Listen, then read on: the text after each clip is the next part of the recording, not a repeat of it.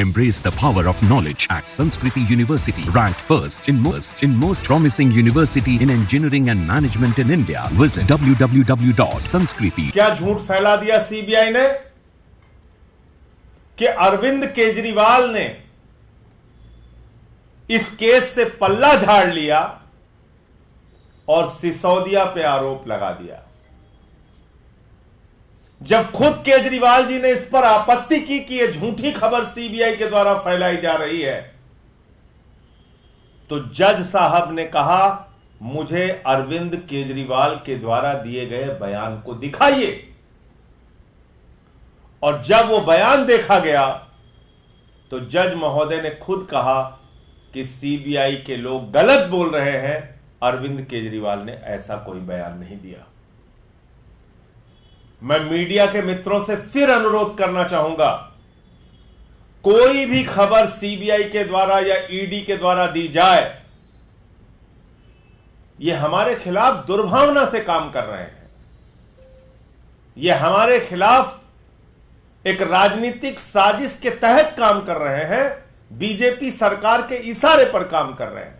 CBI गिरफ्तार करने कब पहुंचती है, यह आप लोगों को और देश के लोगों को सोचना बहुत जरूरी है। कैसे काम कर रही है देश की मोदी सरकार, कैसे काम कर रही है केंद्र सरकार की सीबीआई और ईडी। आप कल्पना कीजिए, केजरीवाल जी को जब गिरफ्तार किया गया, उसी दिन इलेक्टोरल बॉन्ड का मामला सामने आया था। 60 करोड़ रुपए की रिश्वत शरद चंद्र रेड्डी ने भारतीय जनता पार्टी को दी है, इसका खुलासा हुआ था और उसी दिन केजरीवाल जी को गिरफ्तार कर लिया गया था। उसके बाद अरविंद केजरीवाल के मामले में कोई न सबूत थे, न बयान थे, न गवाह थे। वो गवाह फर्जी तरीके से तैयार किए गए थे। ये सब बातें सामने आई, कई बार मैं इसको बता चुका हूं।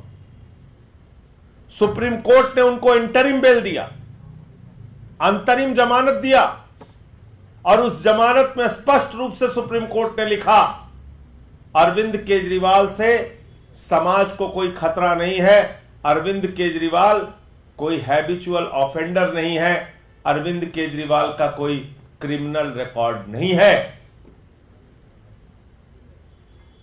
और इसके आधार पर उनको इंटरिम मिली।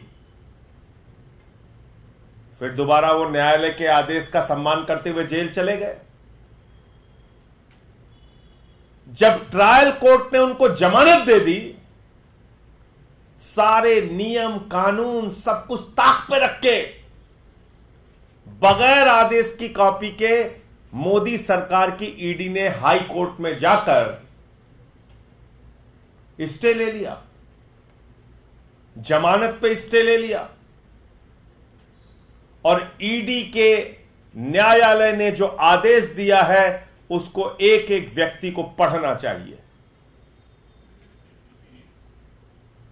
क्या लिखा है ईडी की ट्रायल कोर्ट ने, क्या लिखा है ईडी के न्यायालय ने? लिखा कि अरविंद केजरीवाल का कोई मनी ट्रेल नहीं मिला है। लिखा कि गोवा में पैसे का इस्तेमाल हुआ, इसका कोई प्रमाण नहीं है।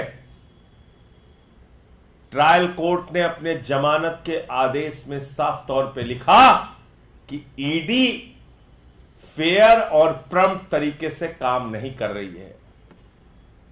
ट्रायल कोर्ट ने अपने जमानत के आदेश में लिखा कि ईडी दुर्भावना से काम कर रही है, बायस्ड होकर काम कर रही है। तो अगर यह मंशा है भारतीय जनता पार्टी की कि हमको एक मुख्यमंत्री को पकड़ के जबरदस्ती जेल में रखना ही है, तो मुकदमे पे मुकदमा, मुकदमे पे मुकदमा, मुकदमे पे मुकदमा बनाते जाओगे।